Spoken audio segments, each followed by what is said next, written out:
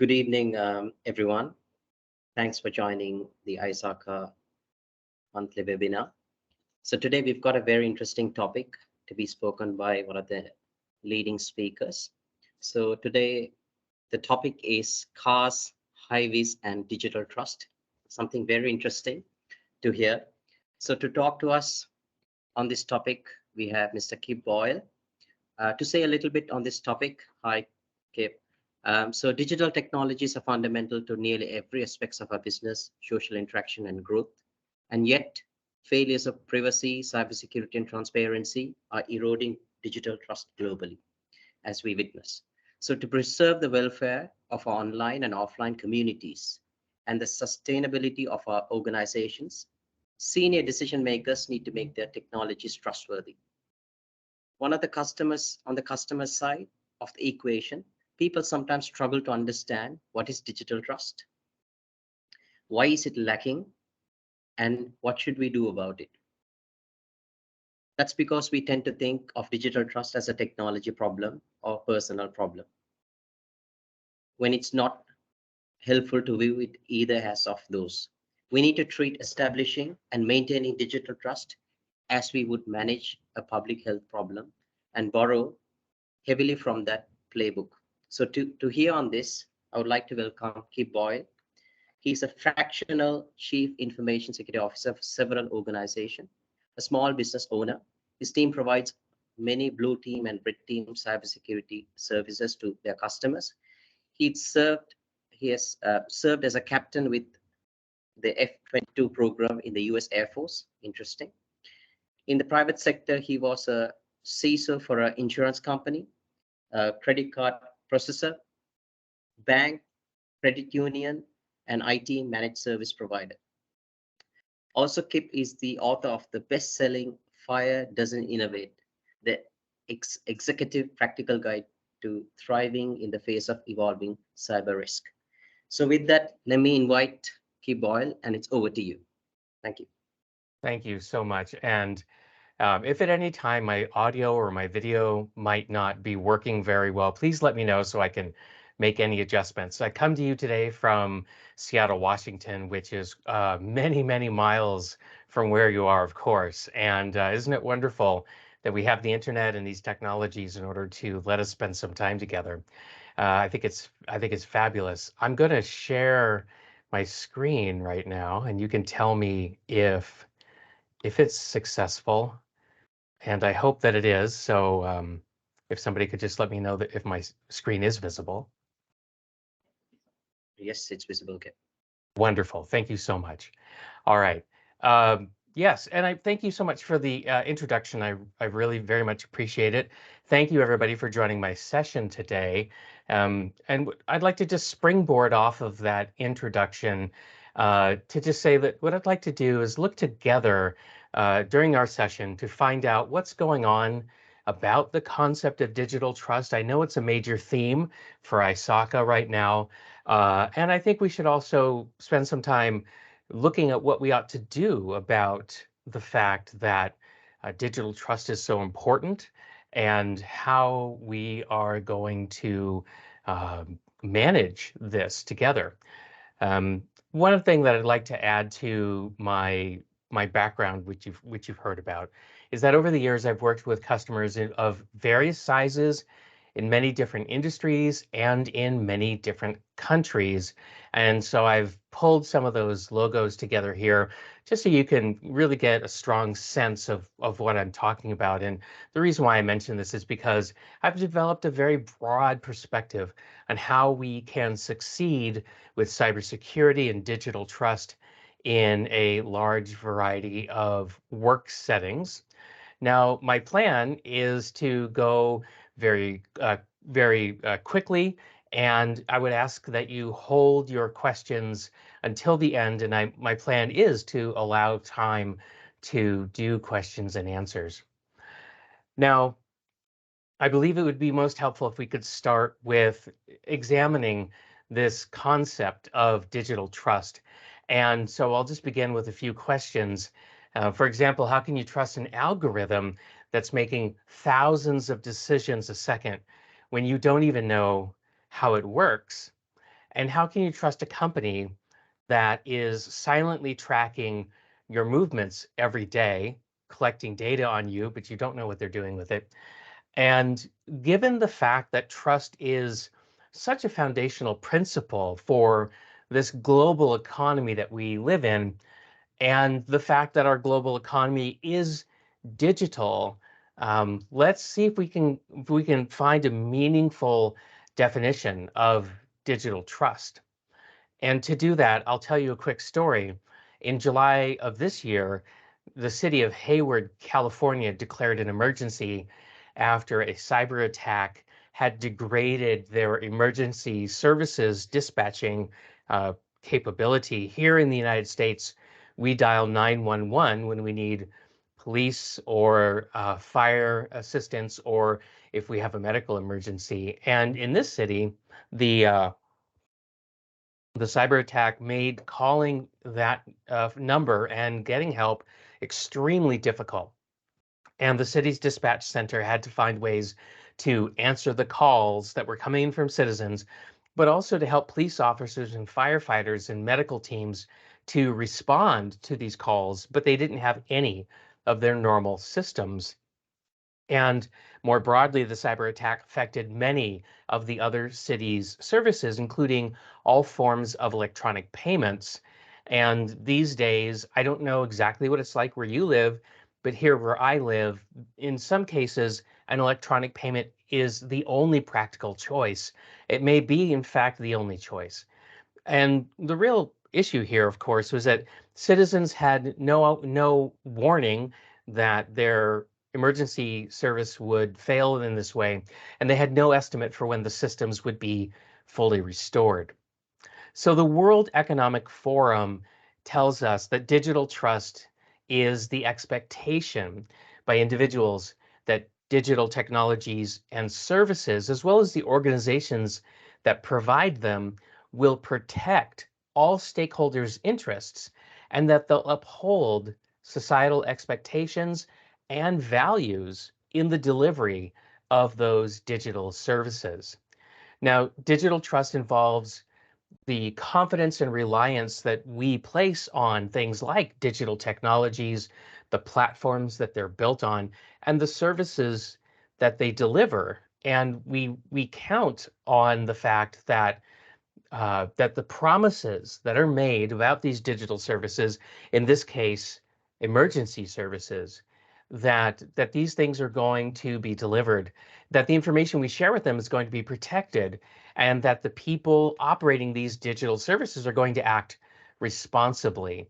And digital trust involves several interconnected elements, including security of systems and data, privacy of data, transparency of operation, accountability when things don't work correctly, and of course, reliability. Now, that's a little bit about, what digital trust is, how we can define it, how we might think about it in the largest sense. Um, but I think now it would be also helpful to remind ourselves why we're talking about digital trust these days. So a long time ago, in the 1980s, the early internet that we use now was actually called the ARPANET, and it was mostly used by research scientists and the military. And Cliff Stoll, the author of a book called The Cuckoo's Egg, said that the community then was small and the level of trust was very high. And systems administrators didn't invest much effort in locking down their systems because the possibility of bad actors hadn't been taken had not been taken very seriously. And I don't know if you are aware of his book, if you've ever read it. I've read it several times. I recently read it again, and it's a fascinating story. It's easy to read, and it's actually still relevant in our modern world. So if you'd like to read something that's kind of fun but also very useful for understanding digital trust, I recommend this book. Now, The Cuckoo's Egg tells how Cliff Stoll worked with various law enforcement agencies in various physical jurisdictions, including in the United States and also in Europe, to catch some intruders that had broken into his computer network way back when. Now, what's interesting about the story for our purposes today is that Cliff Stoll finding hackers on his networks was a shocking experience, and he felt that the violation of trust was awful, and it made him very angry. It also made him worry about the future of this amazing network that people had just started using that made the research that that community was doing more valuable, made them as individuals more productive than ever before. The ability to share at the time very valuable, rare computing resources across an entire community that was spread out over thousands of miles was a new and rare and wonderful thing. Now, Cliff Stoll put his finger on something that I think is very important here, which is that it's difficult for trust to scale as our networks get bigger, as our digital technologies spread, and as the services that we've come to rely on are converted into digital services. It's very difficult for trust to scale without a lot of additional effort to make sure that it happens. And so, as the internet has grown over the years, and as it continues to grow, the need to govern it effectively has only gotten more intense. It's one thing to govern who can have an IP address, a public IP address, but it's quite another thing to govern other areas like cybersecurity threats, the problem of data breaches, the issue of online scams and different ways that people are stealing money from each other. Also, misinformation campaigns, fake news. All of these are eroding trust in the digital space. And what I think Cliff Stoll is calling us to do is to take these threats to digital trust very, very seriously. Once we lose digital trust, once it's eroded too much, we have to wonder what will happen to all of these digital services that have taken a research community like the one Cliff Stoll worked in a long time ago and has now made this amazing global community of people who can work together in ways that they never could before, such as the session we're having even right now. How much would you trust anything that I'm saying? Or, in fact, this very session, if you had a strong suspicion that I wasn't a real person, that maybe I was a digital avatar, or that that the things that I was saying to you were intercepted and changed from the time that I said them until the time that you heard them. It's very disturbing.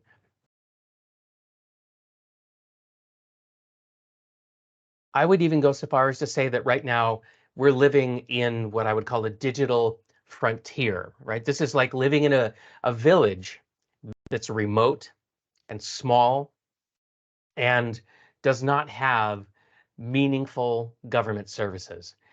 And as a result of that, we have to be self-reliant and we have to be self-protective of our community, and in this case, an online community. But I think the conceptual parallels to the way that that people in very rural areas live, I think, is Yes. very instructive.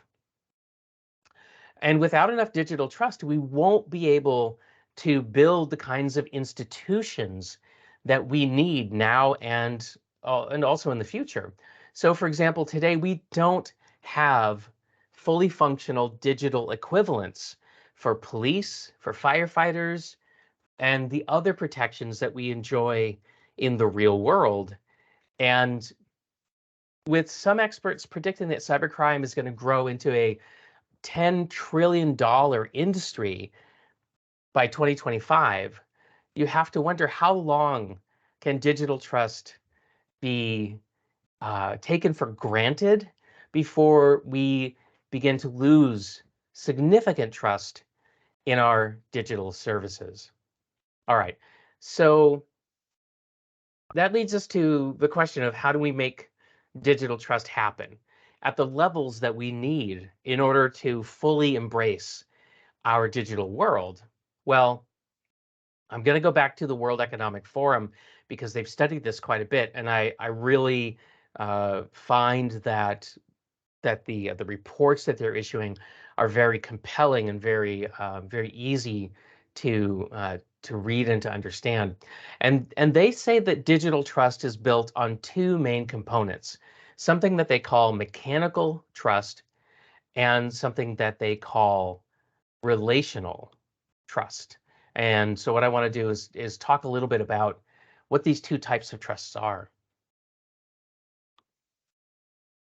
So another way you can think of mechanical trust and relationship trust is tools and rules. I like this because it's easy to remember, it's easy to say. So let's talk about each one. Now, mechanical trust, or what I'm calling tools, now this is the heart of digital trust, and it means the mechanisms that deliver predefined outputs reliably and predictably. And so let me give you a concrete, real world example of what I'm talking about. So the braking system on an automobile, I think, is a really good metaphor for thinking about what does it mean to have trust in a system. If you are driving a well-maintained car and you step on the brakes because you've been going too fast, it's time to stop the car. Just stepping on the brakes will, in fact, bring the car to a stop. And there's really no ambiguity about whether they'll work or not. There's really no uncertainty about whether the brakes will function. You might find yourself in a situation with a slippery road and you may not know exactly when you're going to stop. But the thing is that brakes on a well-maintained vehicle are so reliable that we're willing to drive these cars very fast only because we trust that the brakes will work the moment that we need them. Now, if a system is secure and it performs predictably, then individuals will be more willing to use it. But the outputs have to be predictable and reliable, and they have to be delivered every time. And if that's true in the digital sense as well as in the physical world, then individuals will be able to trust those mechanisms. And while brakes are the tool behind mechanical trust on a car, in the digital world, I want to talk about an example. It would be tools like facial recognition. Now, we see facial recognition deployed in a number of different use cases these days. My iPhone, for example, has built-in facial recognition that allows me to unlock my phone by allowing it to look at my face. Now, that's a one-to-one use case. But in 2019, the city of San Francisco banned the use of facial recognition technology in a community sense. In other words, deployed in a way that people on public streets and public sidewalks could be surveilled and whose identity could be discovered simply by examining the unique features of their face. Now, the city had a legitimate concern about using facial recognition in that kind of a use case, and it comes from the fact that these technologies seem unaccountable and their use is not transparent. We don't understand how these systems function in a broadly understood way. And there are many examples that I could share with you for why people do not trust facial recognition in a community sense. But I would like to share one example with you for why this technology is considered unreliable. So very recently in 2022, because of bad facial recognition software, there was a man named Randall Reed. He lives in Atlanta, Georgia, and he spent nearly a week in jail because he was falsely accused of stealing women's purses in a completely different state that he had never even visited. And the issue here is that this digital mechanism, this facial recognition technology, made a mistake. And this man not only spent time in jail, but had really awful impacts to his life.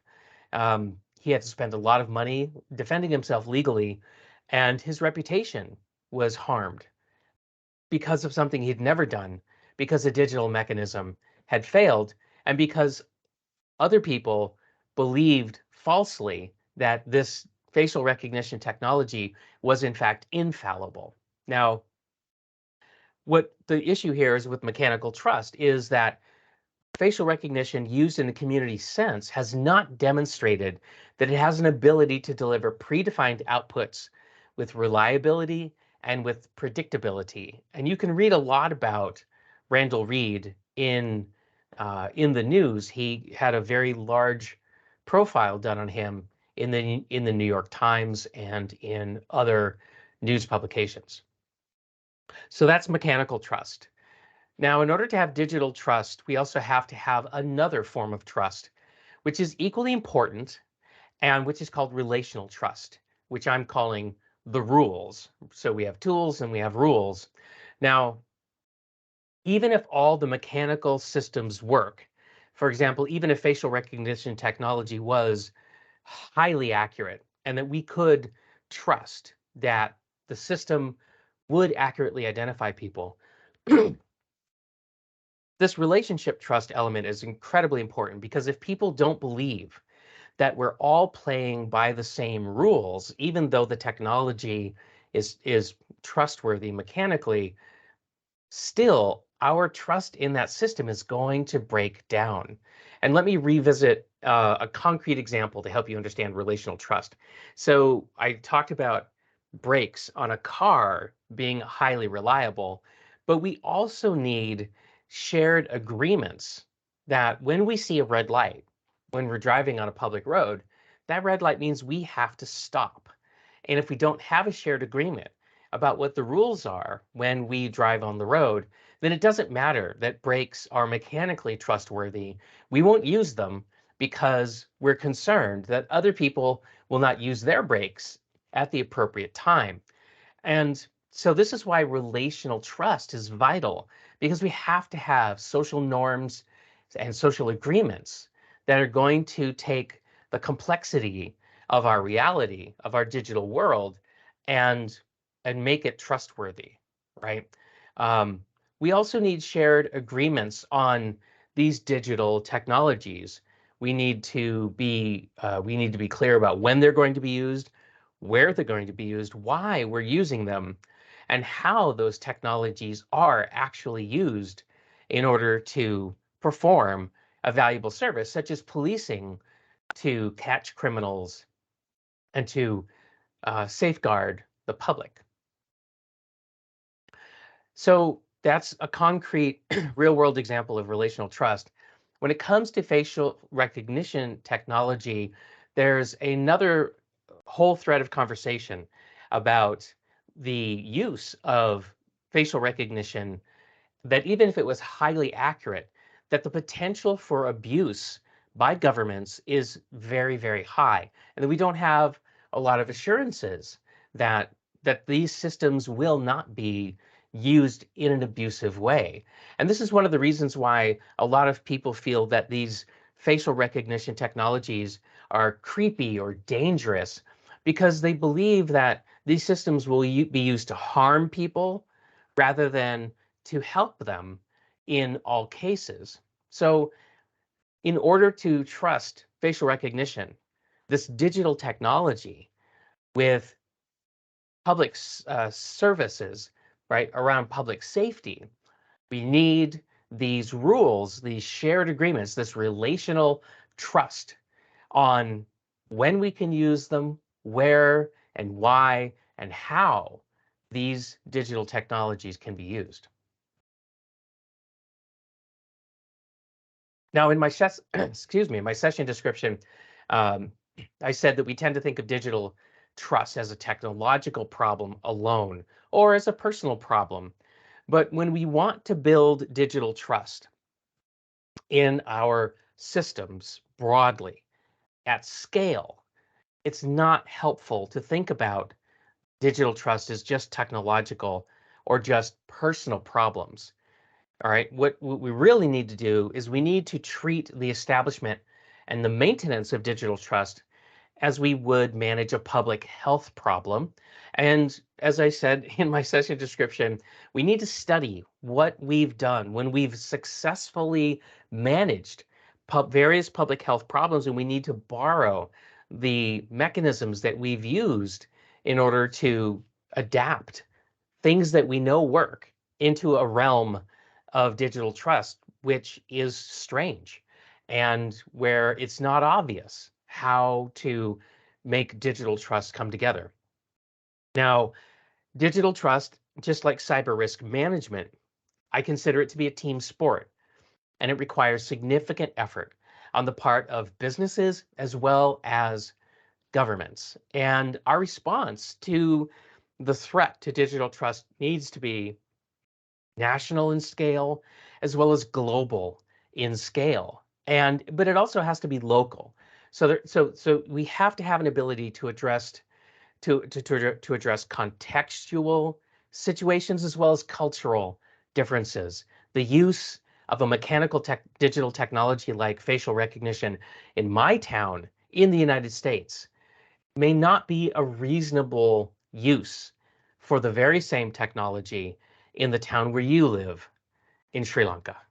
And we need to be okay with that. And there needs to be a way for us to achieve that. Now, I want to talk about some of the things that we've been able to accomplish uh, on a culture-wide basis that has allowed us to deal with some problems in more of a public health fashion than as personal problems or as technical problems. So there used to be a time when safety in construction sites was considered to be unacceptable. And today we've been able to achieve in many parts of the world a complete change in the culture on various construction sites. Today, it's not uncommon, here in the United States anyway, and in other countries I've visited, the use of hard hats, the wearing of highly visible colors to make it easier to see when a person is in a place, so that we can be careful about not hurting them with a piece of heavy equipment. Now, originally, this kind of safety was considered to be too paternal, and there was a lot of resistance. If you look at videos or films from 75, 80, or 100 years ago, you could see workers in extremely dangerous working situations not using safety equipment at all or using very, very little safety equipment. And we've been able to change this. And now worker safety is much, much better. And that's better for our society. So in the United States, for example, in the year 1900, for every 100,000 miners, so coal miners, miners of iron ore, all kinds of miners, um, about 300 out of every 100,000 were killed on the job every year in my country. But over time, we've actually been able to decrease that rate down to only 9 fatalities per 100,000 miners in our modern age, which has been a great improvement. Here's another example. More than in more than 4 years of construction, there were only 11 workplace fatalities when the Golden Gate Bridge in the San Francisco Bay Area was built, which is a marvelous achievement in worker safety, considering how aggressive and how unusual this bridge actually was. The chief engineer on the project was so concerned with worker safety that he spent $130,000 in money in 1937, which of course is, maybe over $1 million in today's currency, on safety nets. In other words, to catch workers if they should happen to fall from the bridge as it was being constructed and repaired. And this work site, the chief engineer on this work site was responsible for establishing the first construction site in the United States to require the wearing of hard hats.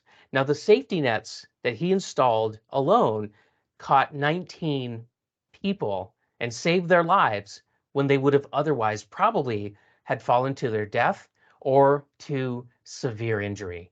So these are the kinds of public issues that if we continued to see them as personal problems, as a worker not being careful enough or not knowing to bring their own safety equipment, um, that was not enough to help to change the situation. Instead, we enacted rules because we had the tools, but we needed rules. And in the United States in 1971, we passed the Occupational Safety and Health Administration Act. And as a result, we've reduced worker injury rates significantly. And also the costs of worker injury has gone down. And it's been able to be accomplished without affecting rates of employment or the sale of construction services or the credit ratings of construction companies, or even potentially the bankruptcy of companies that adopted these safety measures and methods. Now, I also would like to take a moment to talk about the future of digital trust. So where are we going to go? How are we going to take what we've learned or what we can learn from these real world public health issues, and how can we use that in order to increase digital trust and preserve digital trust? Well, I think we're going to see some things like individuals and organizations demanding stronger security and privacy measures. That's a trend that's already in place. And so we're going to need to see innovations in encryption, authentication methods, and even decentralized technologies like blockchain will probably play a crucial role in ensuring that we have the confidentiality of data, integrity of data, and also in the various transactions and the digital interactions that we have with each other. Another thing that we're going to have to do is we're going to have to build trust in artificial intelligence and automation, because these technologies, while being potentially mechanically trustworthy, although I don't know that we've even achieved that yet, we are going to have to make sure that we have relational trustworthiness in order to feel confident, just as we struggle with the relational and the mechanical trust of facial recognition. Right, we're going to have to lean into artificial intelligence and digital automation. We're going to have to actually see demonstrated accountability and responsible use of artificial intelligence. And we've actually seen a really good example in Hollywood, where we've recently seen the writers and the actors go on strike because of their concern that artificial intelligence will decrease their opportunity to participate in work that they've done for years and years and years. And so they went on strike in order to preserve their trust, mechanical trust as well as relational trust, that artificial intelligence would be used as a tool to enhance the work that they were already doing, as opposed to diminish the need for them and for their skills. Unfortunately, we also have the problem of Hollywood through various movies such as The Matrix and the Terminator movies, as making the case that artificial intelligence is actually going to take over the world and enslave humanity. So I don't think they're doing us any favors there. We're also going to need to see governments and regulatory bodies enact laws and regulations to protect individuals as well as organizations. We're going to need stricter data protection regulations. We're going to need better cybersecurity standards. And also, we're going to need digital ethical frameworks so that we can actually achieve the relational trust that we need to go along with the mechanical trust. So we can expect to see more laws and more regulations like GDPR, and in California, CCRP, and possibly even a national set of privacy laws for the United States and in other countries where they don't exist yet. I think what we should expect to see is that individuals will increasingly demand more control over their personal data and their digital identities. And I think that governments need to help to provide the relational trust that'll make that possible. We're going to need privacy enhancing technologies, things like data portability, and also consent management. We're going to need tools that are going to allow people to actually gain more control over their identity in the digital sphere. And there needs to be collaboration between businesses, technology providers, and individuals. We've got to work together to figure out how to solve this problem because there are very, very few experts who can tell us exactly what we need to do.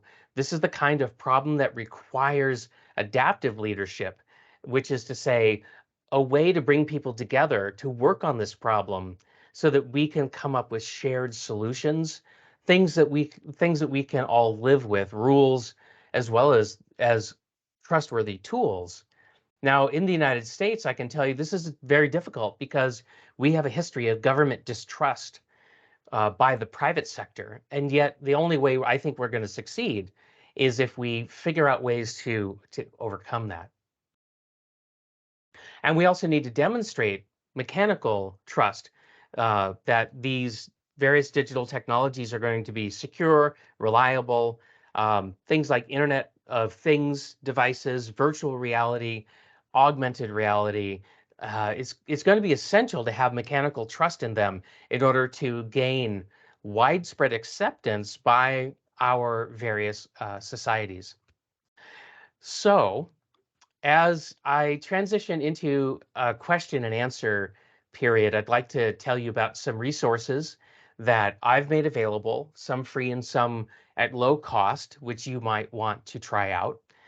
I'm the publisher and the co-host of the Cyber Risk Management podcast, and this is a podcast that I make with a cybersecurity and privacy lawyer. His name's Jake Bernstein, and Jake and I have been making this podcast for several years now. We release new episodes every other week, and we just recently released episode 143. And so if you'd like to try out our podcast, you can find it in the normal places that you look for podcasts. Uh, my book, Fire Doesn't Innovate, is available in different versions. There's paperback and Kindle and audiobook versions. And I recommend it because I wrote it for non-technical senior decision makers and the people who work with them. So you may consider yourself to be a very technically fluent professional, but maybe you're struggling to communicate with some senior decision makers that are not. And this is a good book that I wrote specifically to help bridge that gap. My book is full of stories and anecdotes and metaphors and practical advice. And so if you have that struggle of talking with non-technical senior decision makers, if you get a copy of my book, that might help you. Well, it's helped a lot of people so far. And then finally, I'll just mention that if you have access to LinkedIn Learning or the Udemy learning platform, I have several courses up there related to cybersecurity and cyber risk management. For example, I have one called Cybersecurity for Executives, which a lot of people have taken. And altogether, I've taught over 100,000 students worldwide through these digital online platforms, which so far, I think, we've been able to establish and maintain digital trust there. All right, so that brings me to the end of the my thinking on digital trust that I wanted to share with you. And what I'd like to do now is just ask you what's on your mind and to invite you to ask any questions that you'd like.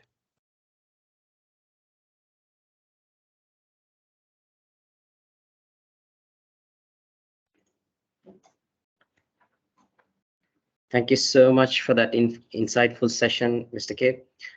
So I hope we've not had any questions on the chat. If you guys have any questions that you want to shoot out, please feel free to message them. We could take up some questions, or you can unmute yourself. Not sure whether you're allowed, but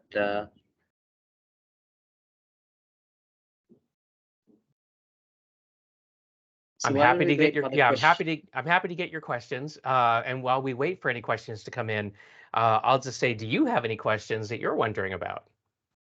certainly.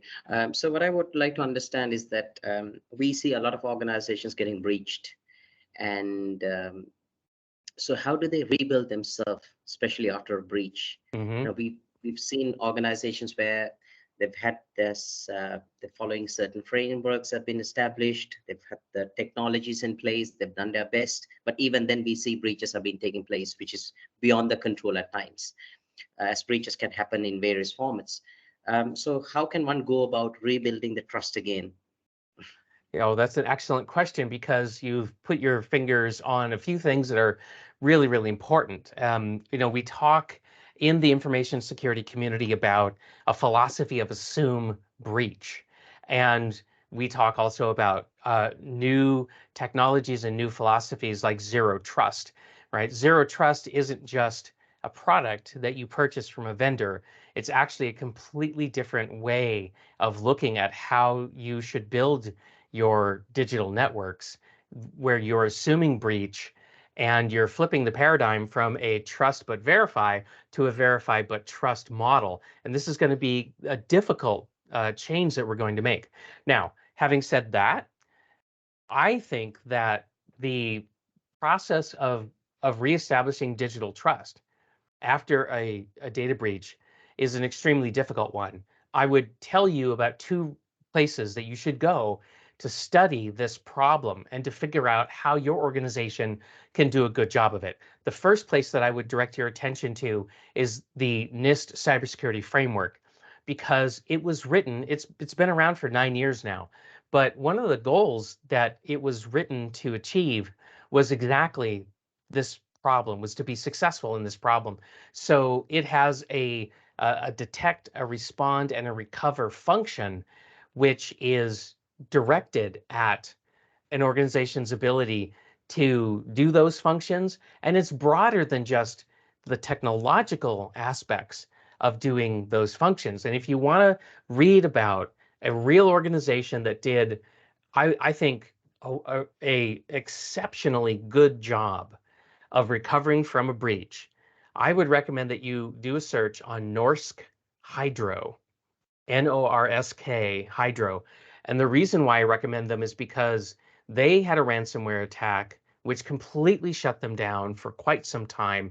They were only able to restart their operations without their computer systems. They had to work with paper and pencil for quite some time. But the way that they recovered their operation was masterfully done. And their reputation as a resilient organization was actually enhanced by the way that they handled their response and their recovery from that cyber attack. Which again, if we believe in this assume breach philosophy, then nobody should be surprised when somebody is cyber attacked successfully, because we're acknowledging that the world we live in is so dangerous digitally that it's inevitable that everybody is going to have a cyber attack sooner or later.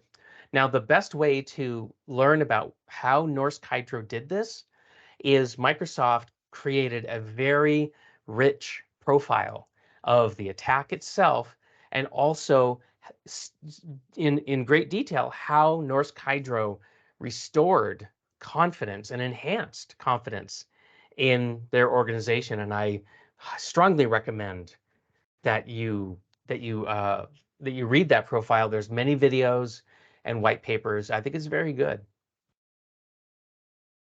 Thank you for your insightful answer. Certainly, we'll take a look at that. Hmm. Um, so we've not had any questions from our audience.